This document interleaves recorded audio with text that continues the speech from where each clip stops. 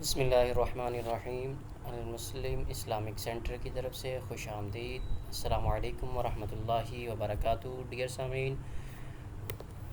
آج ہمارا موضوع بہت ہی اہم ہے، بہت ہی انفارمیٹیو ہے اور بہت ہی اہمیت کا حامل ہے، کیونکہ جب آدمی صاحب نصاب بن گیا، اب اس کو اس کے ذمے زکوٰۃ کا حساب کرنا لازم ہو گیا، تو اب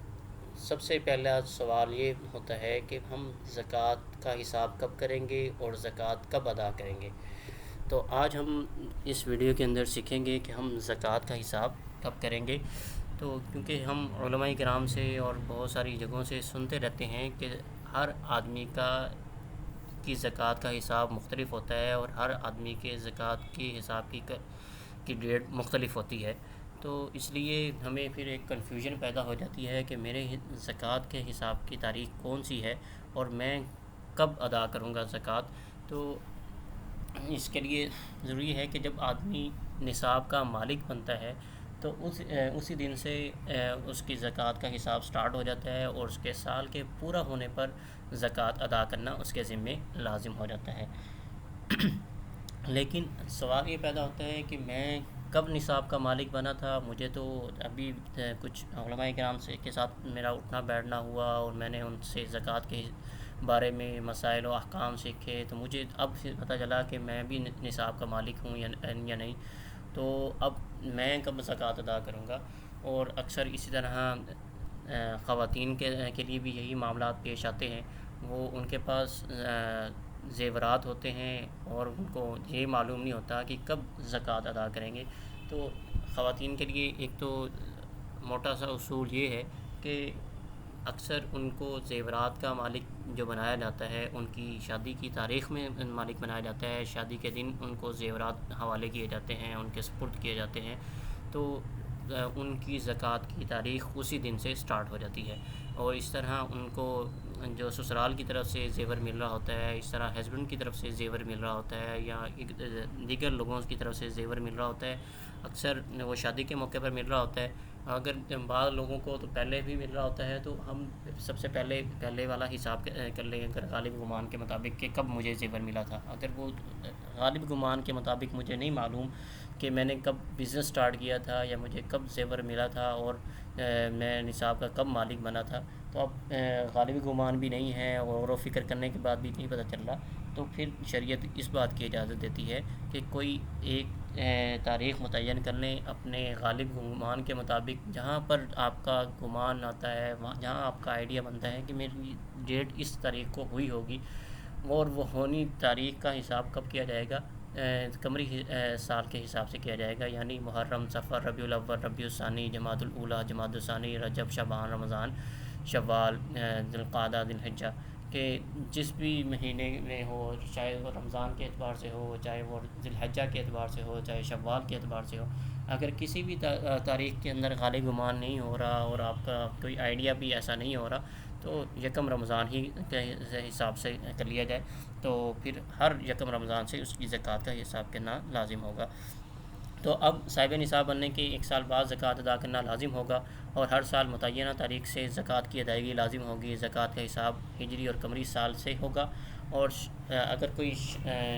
شمسی سال کے حساب سے زکوٰۃ ادا کرتا ہے تو اس کو 2.6 ادا کرنا لازم ہوگا۔ اس کی تفصیل انشاءاللہ ابھی میں آگے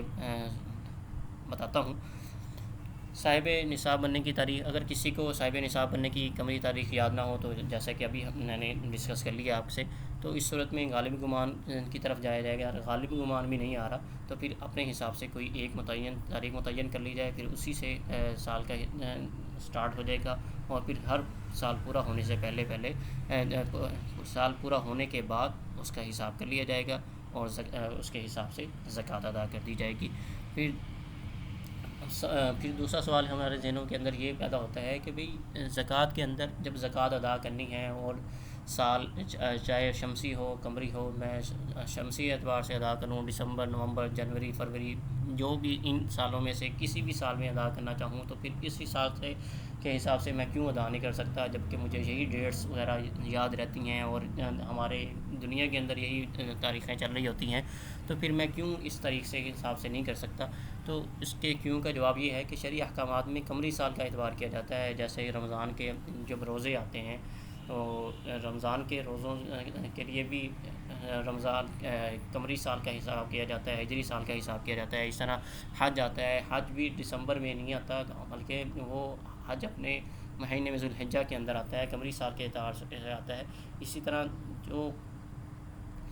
شریعت کے احکامات کا دار و مدار جو ہے وہ قمری سال کے اعتبار سے ہوتا ہے، تو لہذا قمری سال کو ہی بنیاد بنایا جائے گا، تو اسی اعتبار سے ہم زکوٰۃ ادا کریں گے۔ تو اگر قمری کوئی شمسی سال سے زکوٰۃ ادا کرنا چاہتا ہے اور اس کو بہت ساری ہرڈلس کا سامنا کرنا پڑتا ہے کہ میں کیسے اپنے کاروبار کی کلوزنگ کروں گا، اور میرے لیے مشکلات ہو جائیں گی کیونکہ میں ایک مرتبہ ہی کلوزنگ کرتا ہوں اور اس ٹائم ہی سارا حساب کرتا ہوں، تو اس کے حساب سے اس کے لیے ہم انشاءاللہ آگے جا کے ڈسکس کرتے ہیں کہ اگر کسی شخص کو یہ مشکلات ہیں تو پھر اس کے لیے شریعت مجبوری کے طور پر اس کا ایک سلوشن پیش کر دیتی ہے۔ اگر کسی شخص کو مجبوری نہیں ہے اور بلا وجہ وہ شمسی سال کے اعتبار سے زکوٰۃ ادا کرنا چاہتا ہے تو اس کے لیے ایسا کرنا صحیح نہیں ہوگا، کیونکہ شمسی اور قمری سالوں میں شمسی اور قمری سال کے اندر دنوں کا فرق پڑ جاتا ہے، اور اس کے دنوں کے فرق کی وجہ سے بہت سارا افیکٹ پڑتا ہے زکوٰۃ کے اوپر، کیونکہ جو قمری سال ہوتا ہے وہ تقریباً 354 دن کا ہوتا ہے، اور جبکہ شمسی سال جو ہوتا ہے کبھی 365 دن کا ہوتا ہے، کبھی 366 دن کا۔ 365 دن کا تب ہوتا ہے جب فروری 28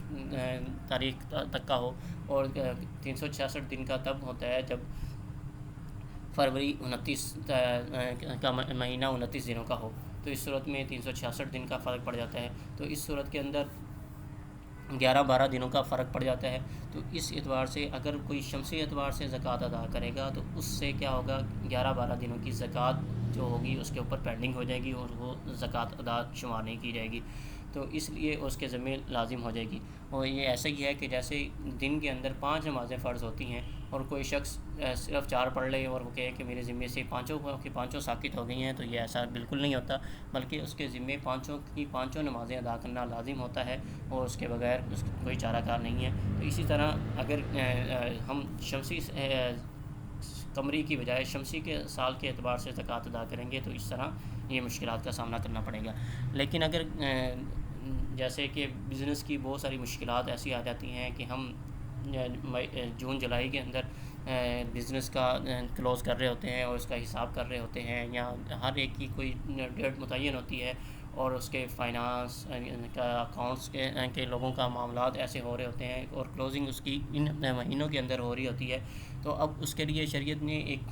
ضابطہ یہ متعین کر دیا ہے کہ چونکہ جب 10-11 دن اوپر جاتے ہیں تو اب اس شخص کے ذمہ لازم ہے کہ 2.6% کے حساب سے زکوٰۃ کا حساب کرے گا۔ وہ 2.5% زکوٰۃ ادا نہیں کرے گا، بلکہ وہ 2.6 زکوٰۃ ادا کرے گا اگر وہ شمسی سال کے حساب سے زکوٰۃ ادا کرتا ہے۔ تو ڈیئر سامعین، آج کے موضوع کے اندر ہم نے یہ سیکھا ہے کہ آدمی کب صاحب نصاب بنتا ہے، اور صاحب نصاب بننے کی تاریخ کا اعتبار کب کیا جائے گا اور کب سے تاریخ سٹارٹ ہو جائے گی، اور ہر سال اسی تاریخ سے زکوٰۃ ادا کرنا لازم ہوگا، اور زکوٰۃ کے اندر قمری سال کا حساب کیا جائے گا، اور